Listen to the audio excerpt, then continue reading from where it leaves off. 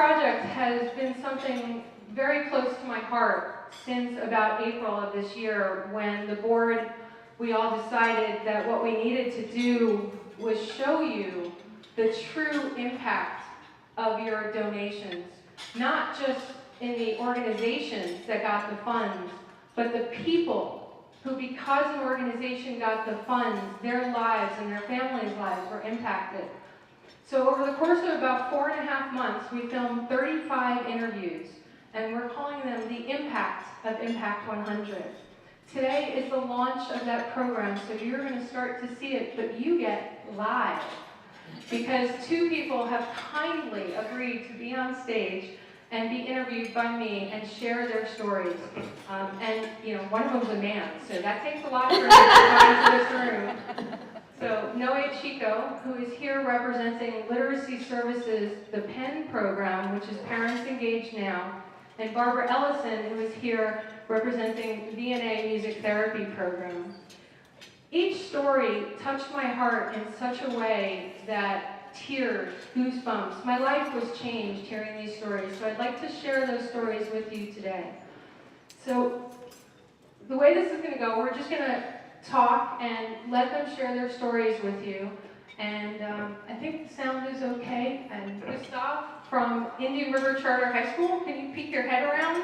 They've donated the soundboard and the time to handle sound for us today. And Phil Sunkel is in the back from Hype Media, and he's videotaping this entire thing today, and he was with me all along the way, interviewing everybody, and he donated a large portion of his time to do this for us. So please give them a hand.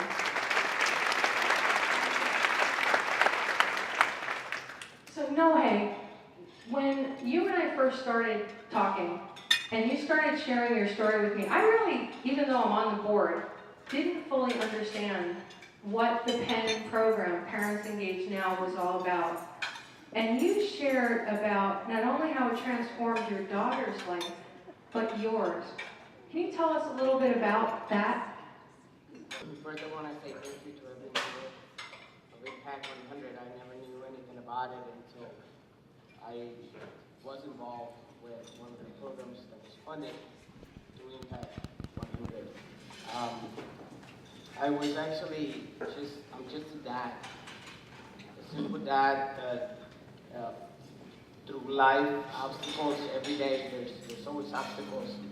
I have a 8-year-old daughter, her name is Peyton, and when Steward asked me what has changed in my life and what impact did it do on regards to my personal life with me and my daughter, it's changed everything.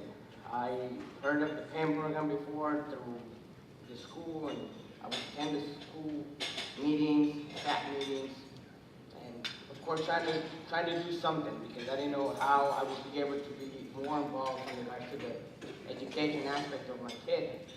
I went through a divorce, and so my daughter, not only do I have full custody, but she had a life change herself, and I had to find ways to be able to be more involved somehow. So with being in the school, I would say I was there once, twice every month, and figure out what's going on. One of the bulletins on the PEN program showed up, and I really didn't care much about it. I said, no, that's not for me. But in my search of finding a better self for me and for my kid, I directed my guidance to the church. I go to St. Helen's Catholic Church.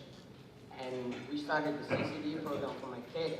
And they also have a program for parents in regards to CCD as well, the educational religious aspect. And of course, there was a therapist involved that would teach us guidelines on being a better parent. And in one of those meetings, one of the PEN program members came up, and there, right there, I said, well, that's a red flag for me, because it showed me that there was a reason why I had seen that.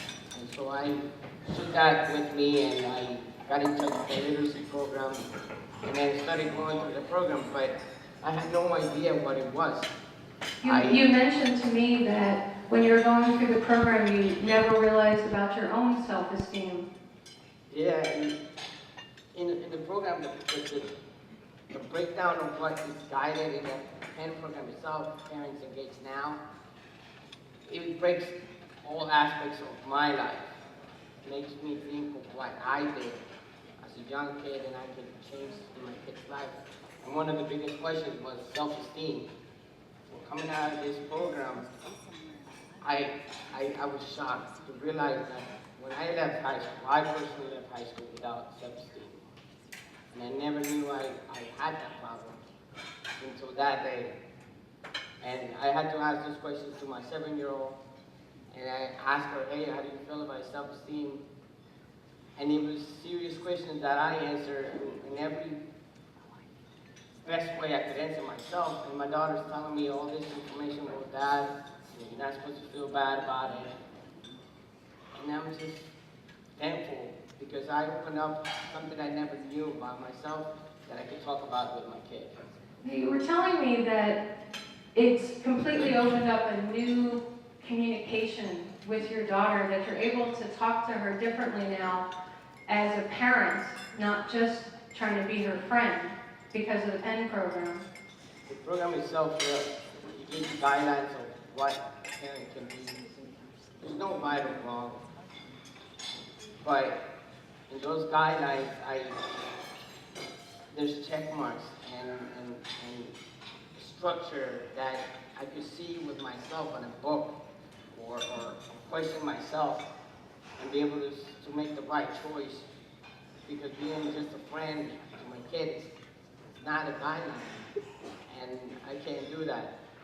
I have to be father, I have to be the friend, but I also have to be the discipline. And even simple subjects. Today was the subject about Pop, the president.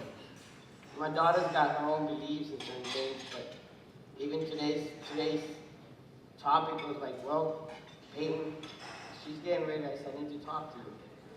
She's only 8 years old, and I said, honey, who do you think is president? Well, she gave me her choice, and I said, honey, so-and-so is president. And she's like, got this look on her face, she's sad. And then I explained to her, I said, you know what? This is not your job for you to worry about this. Because of the fact that it's my job. You're just a kid. You go to school, you enjoy, you have fun, and let me deal with this stuff that is grown-up stuff. And I tell you, we went through different topics with the racial aspect. My daughter's blue eyes, blonde hair, white skin, and of course I have tan color. And you know, I opened it up and I said, it's not what people look like, it's how they are from the inside. It makes a difference. And I can tell you that if I didn't take this program, I would have never been able to open up this conversation with a kid. And those are the things that made a difference in me, knowing that I can go back through my notes and say, hey, that's what we're supposed to do, or hey, that's a guideline. And even if I take this program, like I mentioned in the last speech, I can take all the books and I can make as much money and everything I can do to put on my kid. And she can go the opposite way. And all I can say is, deep inside, I know that this program and there's programs out there and people like you guys help support people like me, a single parent, and give everything we got. And my daughter could be the opposite, but I know deep inside I did my best. And I know that I'm trying to raise a civilized, good citizen and be proud to be an American in all aspects. Even though she's just with me, her mom's not in her life at all, and she's happy. She's enjoying herself. And she can talk to me about anything and everything without having me say, hey, that's not your job. Don't worry about it. I remember when I was 16, when I opened up my first bank account. She was 6, and I went in and said, honey, let's go open up a bank account. I need you to understand what it is to earn $1. And she gets $1, through her birthdays or whatever. And always like, Dad, I'm gonna go buy this candy. I'm gonna go this. And of course I was able to explain to her, it's like, it's not just the glory now, it's save for something awesome, something you're gonna remember. I mean, you can spend it and you're not gonna have anything left. And I can say that this program opened up those subjects that I can talk to my daughter in all ways without having a problem saying, hey, we're not gonna talk about that.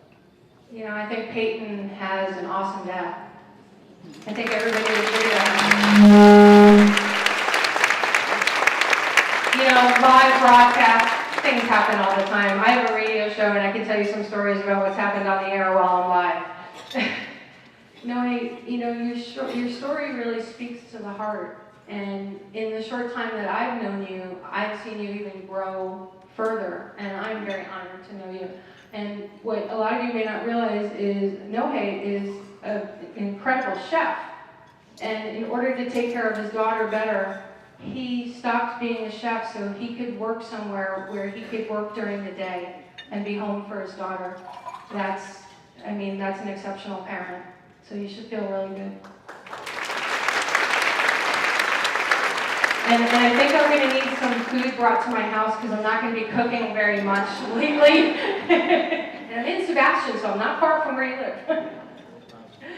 Thank you. Barbara Ellison is here today because, like Noe, her story is so impactful. Barbara's husband recently passed away from cancer in August and was involved with the VNA Music Therapy program. What you don't know about Barbara is she performed with the symphony for many, many, many years. So music has always been a huge portion of her life.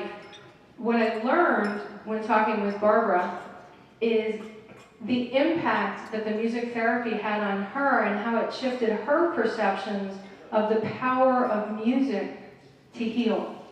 And this is a symphonic musician saying these words.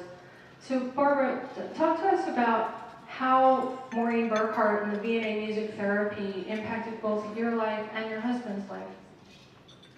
Well, we would have been married. We would have been married 64 years next month. Every day was wonderful with him. Years before we moved here, like he got Parkinson's. And nobody else seemed to notice it, but I sure did. He had dementia. And that was worse than any physical ailment.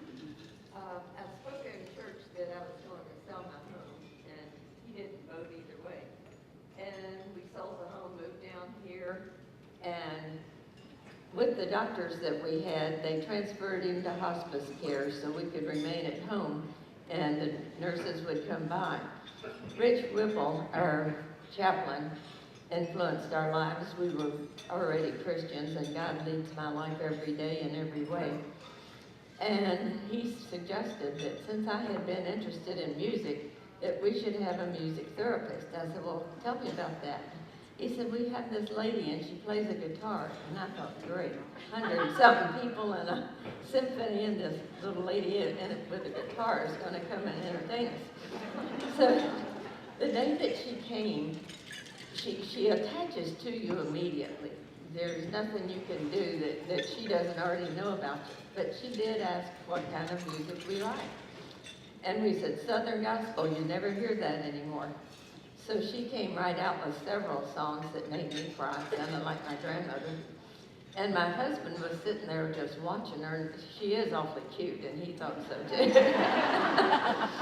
And she looked at him and she said, what kind of music do you like? And he says, Johnny Cash.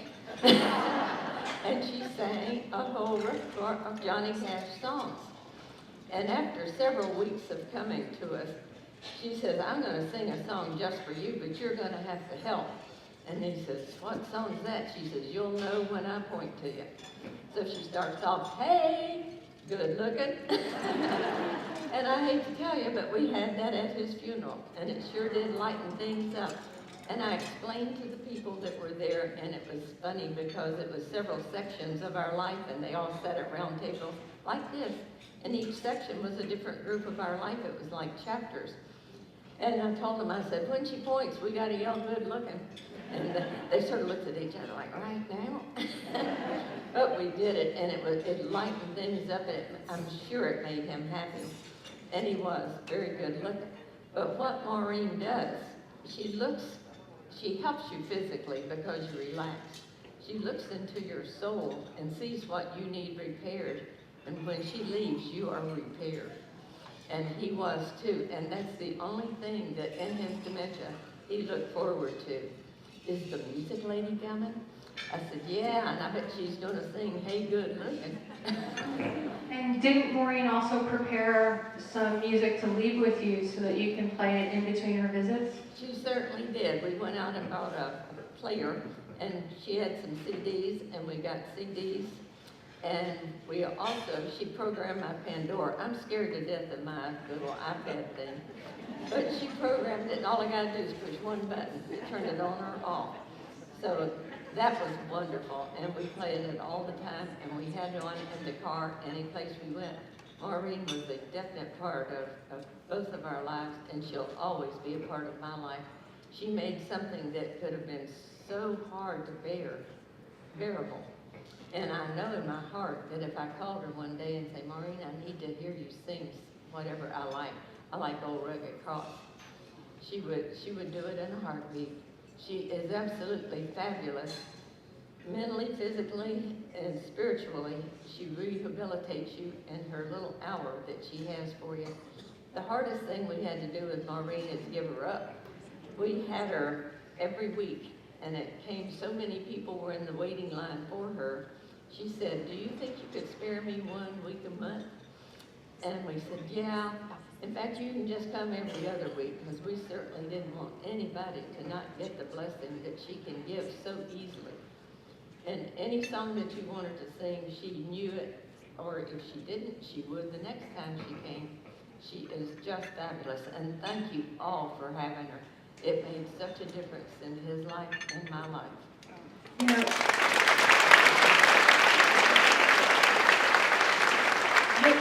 these are just two small examples of the stories that I heard over the course of 4.5 months that you're going to be seeing in your email inbox. We'll be sending you links to them. Hopefully some of the press will pick up on the videos as well. This is what your donation does. If anybody is on the fence right now thinking, well, maybe should I join or shouldn't I? Know that this is what happens. It's not that it's just going to an organization. It's going to people in our community whose lives are permanently changed. And my life is changed even more now because I got to see this. You know, these are people that are in my life now, Noe and Barbara, and they're not going out of my life. I care about them, I love them, and you know, they're family now because we shared part of their story and their soul and their journey.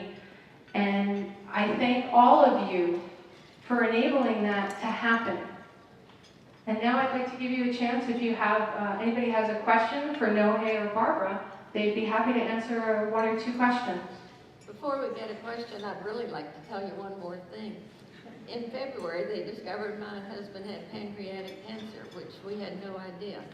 Well, I asked the Lord not to give him any pain, and he didn't until the last 3 days. But at the 7th day before he died, on August 1st, they sent us to hospice because he kept falling and I couldn't get him up. And the fire people said, you gotta go to hospice. It was fabulous. Well, first of all, I said, I'm not going without the dog. They said, you can bring your dog. So we had our dog there, and Maureen came every day. It was the highlight. The power, it never stops. Anybody have any last question? Question over there.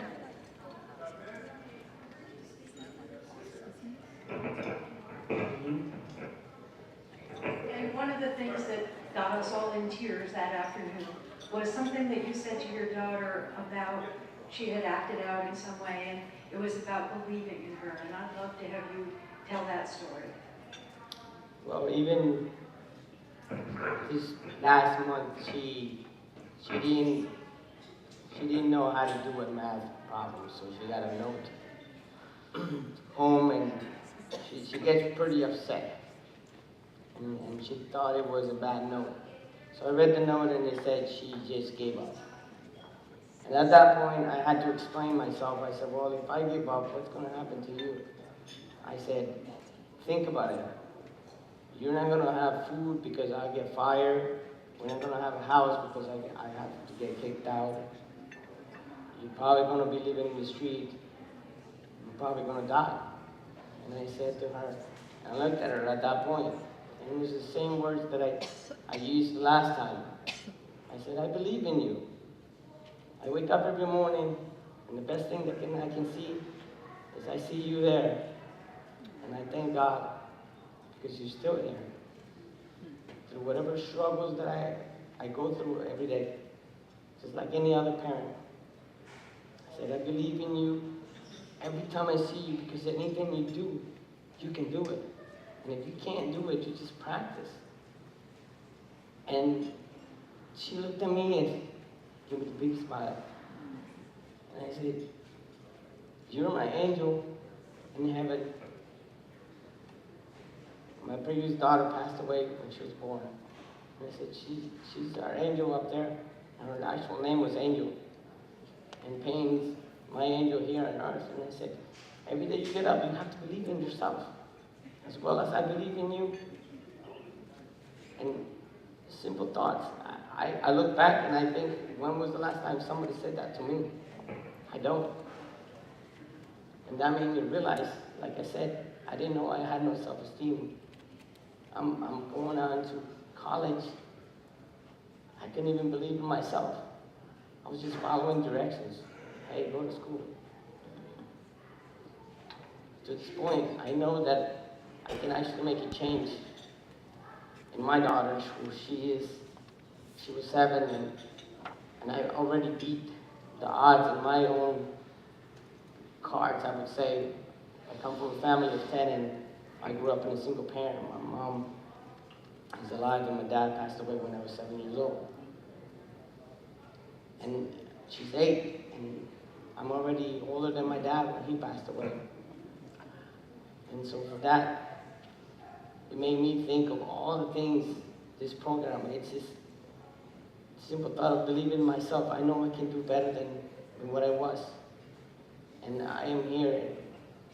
I'm proud to be here, and I'm so thankful. Every single one of you guys who helped contribute to this program. And I'm hearing Barbara's story. It's amazing as well. And if I didn't believe in myself, you guys believed in me by giving your money, and I thank you. In the same way I believe in you guys can change another life, not just mine. Thank you. Thank you. Thank you both again for being here and sharing your stories and becoming a part of my life. And I believe in both of you very much, as you guys know from other conversations. I'd like to introduce Suzanne Carter. We have 3 Suzannes on the board. Suzanne Carter, our president-elect for the next portion of our program. So my name is Suzanne Carter, and I'm serving as president-elect this year on the board. And I would like to extend my personal thanks to everybody who's here, members, guests, former members, future members, sponsors, supporters, community partners. We're all part of the Impact family. I became part of this family 5 years ago. I had just moved from Boston, and I was in the process actually of forming a very similar organization in Boston. And we were in our very early stages, so I thought, oh, there's already an impact, and I'll infiltrate, and I'll figure out, and I'll discover the secret sauce and know how to do it. And I did, and so I joined the grant panel, and here I am 5 years later. So it's been quite a journey. I learned so much about our area. I attended a graduation of the Penn program. I was lucky to take part in a census of cataloging where homeless people are in Vero, which is a very shocking experience, I can tell you. And my point is that it's If you choose to be active in this organization, there are many ways to do it. Yes, we love it if you join and vote, that's great, and if that's what you choose to do, that's terrific. But should you choose to be more involved, there's many ways that you can go about that. I think joining the grant panel might be, for me, one of the most exciting experiences that I've had with Impact. The panels study the grant proposals and they go on site visits, so you actually get to kick the tires of organizations that we work with, that we fund, and it's a great opportunity to see what goes on in our community. Also, as part of the grants panel, there are financial specialists, and anybody who's here who has any kind of financial accounting skills, we're always looking for people who can work in that area. You don't have to be invited to be on any of these panels. Anybody who's a member can join. Just fill out the form and say, I want to do this, and it would be greatly appreciated. So, after the grant panels are formed, there's an organization, well, after the actual money is given out, one of the committees is community partners, and they work with organizations like PEN, like the VNA, to make sure that once the grants are given, that the actual money is used in the way that the members have voted it to be used. So we're very good at keeping track of that, so that's a great organization to work on as well, a great committee. There's other ways to get involved too. We have the membership committee that's dedicated to attracting, maintaining, and energizing members. And without attention to all of you who are here, we would not be in existence and do the work that we do. There's the events committee, and again, without them, we wouldn't be right here, right now. So I know that Brenda is always looking for people to help. Communications, Laura. Laura, I'm sure, would be very welcoming to help with her website and the newsletters that she helps put together, and Beth also, who unfortunately can't be here today. Importantly, next year is our 10th anniversary, and we really want to celebrate this in special ways. So we're putting together some ad hoc committees. Right now, it's just in the very initial stages, and we're looking for fresh ideas from members, and we'd love it if you would join one of these ad hoc 10th year celebration committees. Finally, although we're a volunteer organization, we do have costs associated with what we do, and we have sponsors for events, but we also have ongoing costs. The Community Foundation, we rely on them for investment management and financial oversight, which includes data entry and clerical support, but we need help to pay for those expenses. And many members do add an additional $100 or so on top of their $1,000, but we would appreciate if you feel comfortable, any amount that you could give up and above would really, really be helpful to us. Finally, we hope you've been inspired by this morning's presentation to renew your membership or join us for the first time. There's forms, I believe, at the table, and you can just fill them out. Give them to your table captain. And in closing, I'd like to say that a wise philanthropic woman said to me that in order to express genuine gratitude, you have to say thank you 7 times. So, thank you, thank you, thank you, thank you, thank you, thank you, and thank you.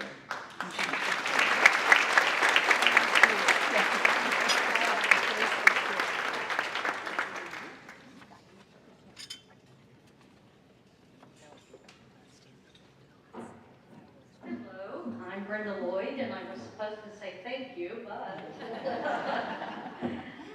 I do want to say thank you to Suzanne Conway, the co-chair, and Jean Beckert, who got all of the volunteers together, and all of the volunteers that helped put this together. And actually, it was a group effort. It was our board that put this together. And I would like to have all of our board members and honorary board members, please stand. Except Laura, she's not allowed. And let me tell you, being a part of this board, what an amazing group of women. Again, thank you all for coming. Lastly, we have car magnets we have purchased for our members, and I believe they're going to have them in the lobby. If anybody would like one, please pick it up on your way out. And again, thank you so much for coming.